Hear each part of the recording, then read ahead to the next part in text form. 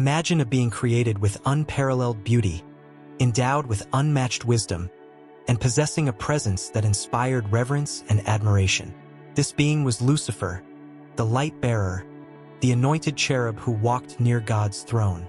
But within this celestial brilliance, something dark began to emerge. It wasn't an external force or a malevolent influence tempting him, but something subtler, something deeply rooted in his own perfect nature. Lucifer, in his perfection, began to notice something. He was beautiful, yes, but how beautiful was that beauty? His wisdom was immense, but could it be even greater? He started to wonder if there was something more, something beyond what he already possessed. And so, without realizing it, the seed of desire was planted in his heart. A desire that wasn't explicitly evil, but rather a silent and insidious ambition. This desire didn't arise from dissatisfaction with his position or his life, but from a dangerous curiosity. He wanted to know how far he could go, how high he could rise. And so, the first evil desire of Lucifer was born, not as an intention to do harm, but as a longing to be more than he already was. As this desire grew, he began to look at God's throne in a different way. No longer with pure adoration, but with a secret aspiration. What if, he thought, I could sit on that throne? What if I could be more than just the light bearer?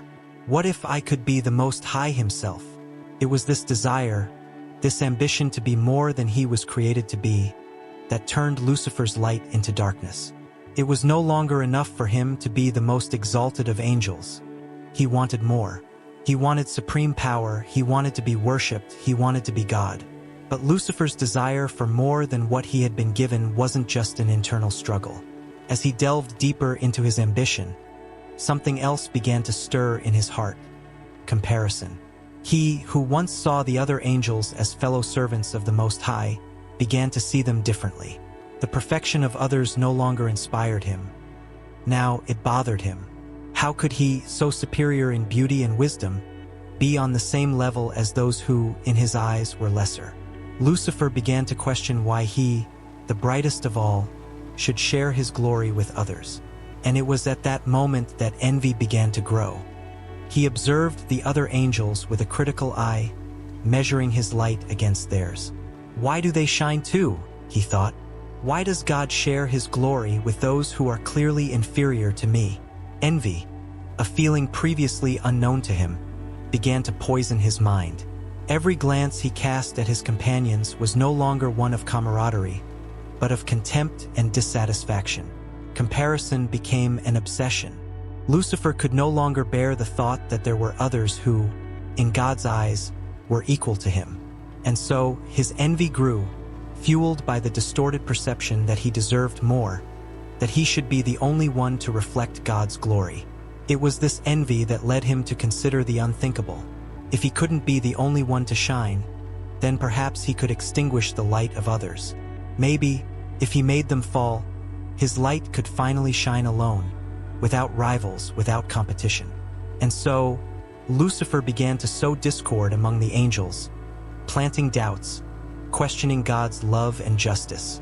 He used his words with cunning, insinuating that perhaps, just perhaps, they too were being wronged, that there might be more for them than what they had been given.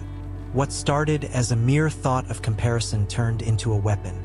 Lucifer, who once was the light bearer, now brought darkness and confusion to the heavenly realm. He had become not just envious, but also the seducer, the deceiver who used envy to corrupt the hearts of others. And so, by comparing himself to others, Lucifer not only destroyed himself but also dragged many angels into his fall. Envy, fueled by comparison, was the spark that ignited a rebellion that would echo for eternity. As Lucifer's envy grew and he began to sow discord, something even deeper and more dangerous was at play: the power of free will. In his wisdom and love, God had given Lucifer and all the angels the freedom to choose. They could serve the Creator with sincere worship, driven by love, not by obligation. But free will, which was meant to be an expression of God's goodness and trust, became a heavy burden for Lucifer. He began to see this freedom as an opportunity, a chance to follow his own path. It was no longer a matter of serving God out of love. Now it was about choosing whom to serve, himself or the Most High. Within Lucifer, the battle between sincere worship and the desire for power intensified with each passing moment. Free will, which should have been a blessing, became a battlefield in his mind and heart. The idea of being able to decide his own fate, to choose his own path, became irresistible. He could continue to serve God, or he could use his freedom for something greater, to take for himself what he had always desired. It was at this moment that Lucifer made the choice that would change everything. He decided that he would no longer worship God with all his heart. Not because he lacked love, but because love had been overshadowed by ambition and pride. He would use his freedom not to serve but to rebel, to walk a path no one had ever dared to tread. The freedom that God gave him was what allowed him to transform from a being of light into something completely different. Lucifer chose, willingly, to turn his back on the Creator and seek his own throne, his own kingdom. This choice, this conscious rebellion, is what sealed his fate. He wasn't forced into it. He did it because he wanted to, because he believed he could be more than what God had created him to be. Free will, then, proved to be a double-edged sword. For many angels, it was what kept them faithful and loyal to God, but for Lucifer, it was what led to his ruin. And so, he fell not just because of pride or envy, but because he used the most precious gift God had given him, freedom, to choose the path of darkness, believing he could find a light even brighter than the one he already possessed. But by choosing to turn away from the true light, Lucifer discovered only eternal darkness, a darkness he himself had created. With his decision made, Lucifer was no longer alone in his darkness. He knew that to truly challenge the Most High, he would need allies, others who shared his newly distorted vision. And so, he began to seek out those among the angels who also felt some kind of dissatisfaction, some hidden desire that could be exploited. Lucifer, now deeply corrupted by his pride and ambition, became a master of persuasion. He used sweet words and promises of greatness to draw in the angels who were on the edge, those who perhaps already had doubts or who were easily swayed. He spoke to them of freedom, of power, of a new kingdom where they would no longer need to submit to God, but where they could rule alongside him. Little by little, Lucifer seduced many angels, planting in them the same seeds of rebellion that had grown in his own heart. He made them question, why should we serve? Why can't we be the masters of our own destiny? Why can't we be equal to God himself? And so, his influence spread like poison, corroding the loyalty that had once existed among the heavenly hosts. These fallen angels, seduced by Lucifer's vision, began to see their servitude as a prison, and Lucifer's pride became their pride. They believed they could be more, that they could take for themselves what belonged to the Most High. And so, what began as a whispered doubt in the heart of a single angel turned into a full-blown revolt, involving a third of the angels in heaven. This new alliance, formed in deception and betrayal, became a powerful force, a legion of beings who had traded light for darkness, truth for lies. Lucifer, now known as Satan, the adversary, led this host with the promise that they would rule together, that they would have a kingdom to rival heaven itself. But this alliance, however strong it seemed, was doomed from the start, because deep down it was not based on true strength, but on deceit and rebellion. They were powerful, yes, but their power was a distortion, a shadow of what they had once been. And though Satan promised glory to his followers, what he really offered them was destruction, a fall that would become even deeper and more painful. And so, the fallen angels followed their new master, believing his promises, blinded by the same pride that had led Lucifer to ruin. They became, like him, enemies of the Creator, willing to do anything to take what was not theirs. But in the end, this alliance, based on betrayal, could only lead to one destiny: eternal condemnation, far from the light, far from the glory they had once known. With the alliance formed and the rebellion underway, Lucifer found himself at a crossroads within his own soul. He had persuaded many, created an army, and now faced what had long been brewing in his heart: the battle against the Most High. But as he prepared for this inevitable confrontation, an even fiercer battle raged within him, a battle of pride. Pride, which had initially led him to question his position, now consumed him completely. Lucifer was no longer the bright and perfect angel. He was a distorted shadow of what he once was. And although he had convinced many to follow him, deep down, he knew that his fight was not just against God. It was against himself. Pride had become his motivation, his strength, but also his greatest weakness. Every step he took, every decision he made, was driven by this insatiable need to be more, to prove he was superior, even as he knew it was destroying him from within. He began to see his followers not as allies, but as tools to achieve his goal. The respect he once had for his fellow angels was replaced by a veiled contempt, a conviction that they were merely means to an end. This arrogance blinded him to the consequences of his actions. He believed that by challenging God, he would finally prove his worth, finally achieve the glory he so desperately desired. But what he didn't realize was that by sinking deeper into pride, he was actually destroying the very essence of who he was. With each passing moment, Lucifer drifted further from the glorious being that God had created, becoming something entirely different, something he barely recognized. Pride pushed him forward, leading him to increasingly desperate acts. He began to promise his followers things he knew he might not be able to deliver. He painted for them a vision of a new kingdom, a utopia where they would reign supreme, but deep down, he knew this vision was built on quicksand. And while his followers couldn't see it, Lucifer felt the cracks beginning to appear, both in his own soul and in the alliance he had formed. But pride wouldn't let him stop, wouldn't let him reconsider. He was committed to his path, even if that path led to his own destruction. For Lucifer, turning back was not an option. Admitting his mistake was unthinkable. He was trapped in a spiral of pride that pulled him down, further and further from the light he had once known. And so, Lucifer pressed on, driven by pride but also imprisoned by it. He believed he was in control, but in truth, it was pride that controlled him. And this internal battle, this conflict between who he was and what he had become, would be the catalyst for his ultimate downfall. A downfall that, in the end, would be as deep and complete as the pride that fueled it. As Lucifer advanced in his rebellion, completely consumed by pride, something began to change insidiously within him. The radiant beauty that had once been his trademark, the splendor that reflected God's glory, began to corrupt. It wasn't a visible physical change, but a profound transformation that affected his very essence. The perfection that once defined him was now distorted, like a broken mirror that only reflected fragments of what he had once been. Lucifer's corruption wasn't immediate but gradual, a process that paralleled his growing rebellion. His beauty, once pure and dazzling, became something dark and perverse, no longer a source of admiration but of repulsion.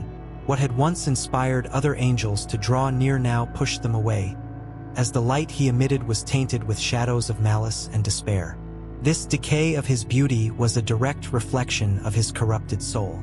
Every thought of superiority, every plan to usurp the divine throne, added a new layer of darkness over the light that had once shone within him. He began to realize that the further he distanced himself from God, the harder it became to maintain the appearance of perfection he once possessed. But instead of recognizing this as a warning sign, he sank deeper into his rebellion, convinced that he could restore his glory in his own way. The corruption wasn't only in his appearance but also in his mind. His wisdom, once one of his greatest virtues, became distorted.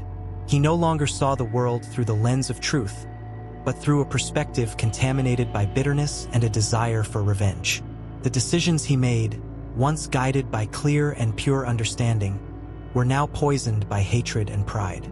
The other angels, who once followed him out of trust and respect, began to notice this change.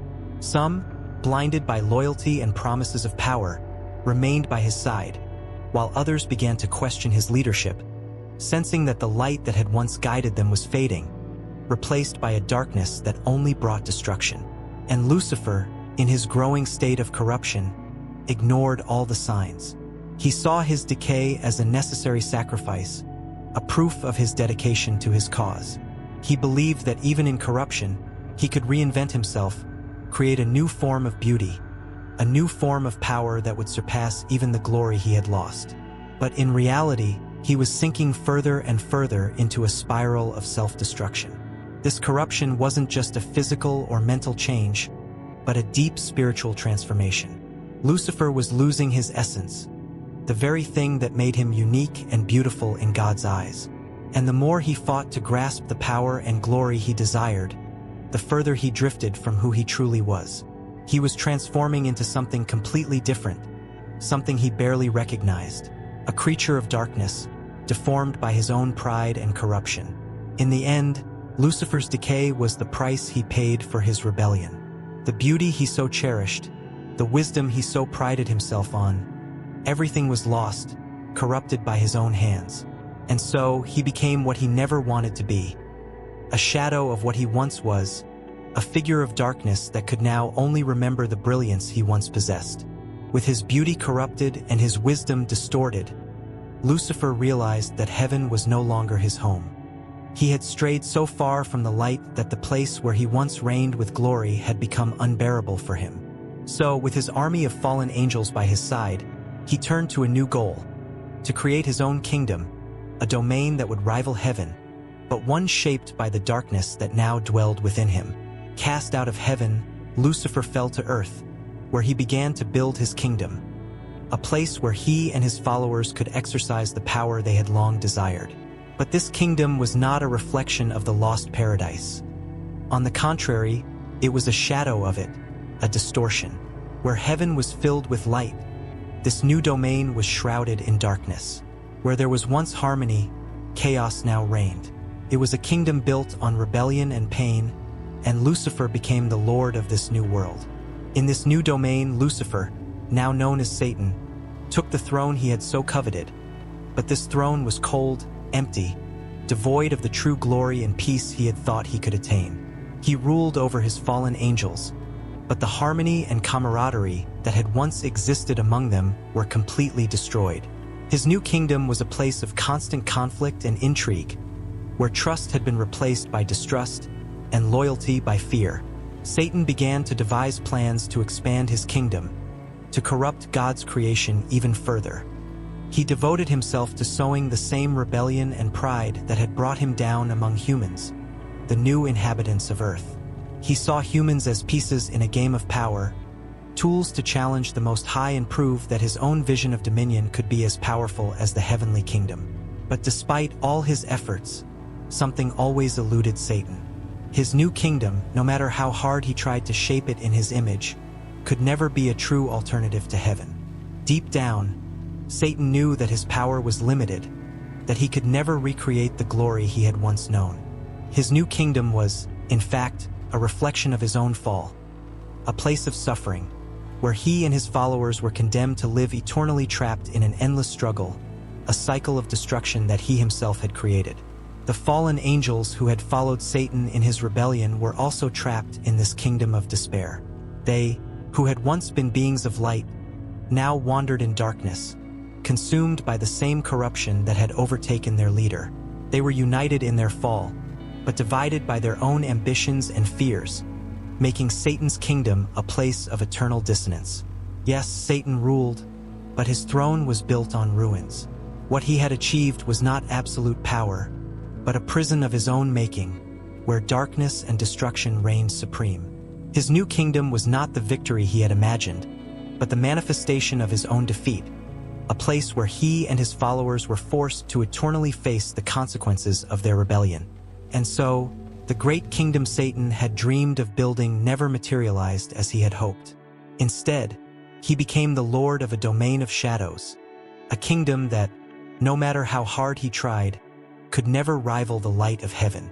He had gained a throne, but at a terrible cost, the loss of everything that had once made him great. And now, seated in his dark court, he ruled over an empire of darkness, knowing that, deep down, all he had achieved was merely the extension of his own fall.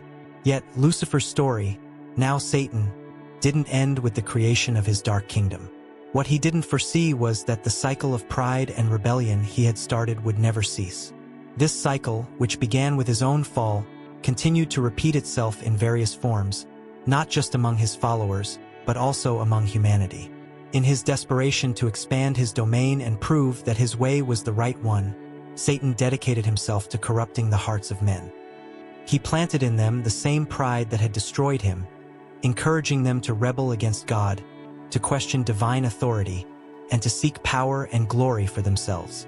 And so, the cycle of rebellion that began in heaven continued on earth, replicated in every soul that gave in to the temptation of pride. This repetition of the cycle wasn't accidental. Satan understood that by leading others to follow his path, he could perpetuate his own rebellion against God. Every soul that fell, every being that turned against the Creator, was a new victory in his ongoing war. He saw himself as the architect of a greater plan, where chaos and disorder would spread uncontrollably, challenging divine order and justice. But even as he believed he was expanding his power, Satan was, in truth, trapped in a snare of his own making. The cycle of rebellion, no matter how hard he tried to control it, was beyond his grasp. Every new act of pride and defiance brought about unpredictable consequences, often slipping out of Satan's control and turning against him. What he saw as the perpetuation of his glory was, in reality, the extension of his own ruin. This infinite cycle of pride and rebellion became Satan's eternal torment. He had set in motion something he could never stop, and with each turn, he found himself further from the glory he had so desperately sought. Instead of building an enduring empire, he was perpetually ensnared in an endless battle, not just against God, but against the very nature of the rebellion he had incited. For humanity, this cycle became a warning. Satan's story, repeated in countless forms throughout history, served as a mirror, reflecting the dangers of pride and the pursuit of power at any cost. Every act of human rebellion echoed Lucifer's first act, reminding all that the path of pride leads only to destruction. And so, the cycle continued, an eternal lesson that pride precedes the fall, and that rebellion against the Most High doesn't result in glory, but in ruin. Satan, in his relentless pursuit of power, became the symbol of this cycle, trapped in a fate he had forged for himself. A life marked by endless rebellion, where each new attempt to usurp God's power only plunged him deeper into the darkness he had created. Satan's story is, therefore, a reminder that the cycle of pride and rebellion is a path to self-destruction. And though he continues to try to draw others into his cause, his very existence is proof that this cycle, initiated by a single desire to be more than one is, can only end in eternal darkness and emptiness.